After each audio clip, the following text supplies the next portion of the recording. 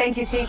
The U.S. Surgeon General now warning the potency of pot today is more dangerous than it was a decade ago. Well, despite this, more states are relaxing cannabis laws, and now Utah says would-be cops can use medical marijuana. But do you think this is a good idea? Luke Niforatos joins us now, and he is the Chief of Staff and Senior Policy Advisor for Smart Approaches to Marijuana, which is a nonpartisan group opposed to marijuana legalization. Good morning to you, Luke. Thanks for being with us. Good morning, Ainsley. How are you doing? I'm good, thank you. So tell me why you're opposed to marijuana use. Yeah, you know, the marijuana of today is nothing like the marijuana of the Woodstock days. I think everyone's thinking of joints, but that's not what this is anymore. You know, the joints then were 3% potency. We're now talking about 99% potency in shatters and waxes, candies and gummies. This is nothing like the weed of yesteryears. It's much more potent and much more addictive and much more dangerous. Unfortunately, the research we're seeing now is showing that you have a 5 times the chance of getting psychosis than you would of the weed of yesteryear. So we're very concerned about the impact to the human brain. The idea of our police using this, you know, we need them to be on their game, to be sharp. The marijuana of today, it impacts your response time, it impacts your memory. We want our police to be able to serve and do their best job. They don't need marijuana in their forces, and the idea of this super potent weed that we're getting from this industry today that's now invested in by big tobacco, that's terrifying to me. What happened in the state of Utah? I understand if you applied to be a police officer and you tested positive for marijuana, you had to wait 2 years to reapply?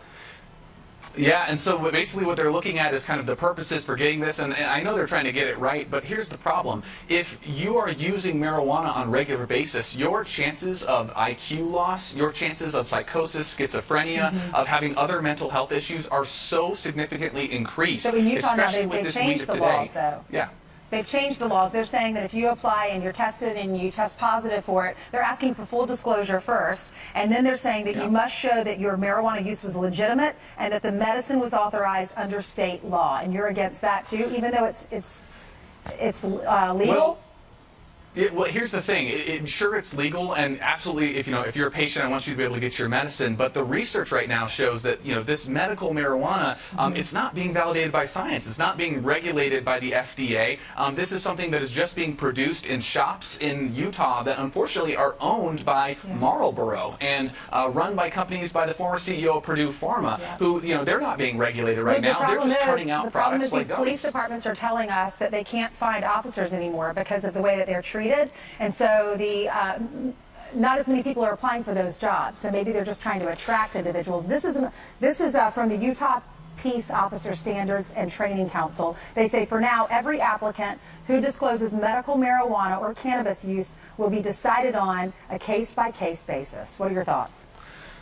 Yeah, I mean, I think it absolutely should be a case-by-case basis, but they've got to be careful because, we have a lot of scrutiny on our police officers right now. A lot of it, I think, is unfair. But nonetheless, if you find out that an officer who's involved in an altercation was using marijuana beforehand and marijuana has a negative impact on the human brain, that's concerning. So I think we have to hold that standard high because even if it's for medical our marijuana? officers... For medical usage? Even for medical marijuana, unfortunately, a lot of people think it's different. It's actually the same thing as the recreational marijuana we're seeing out there. Same drug. It's highly potent. They're selling it like gummies, and the people selling it are folks that are not interested in medicine. They're trying to make a profit, and unfortunately, that's going to have damage. Okay, thank you so much, Luke.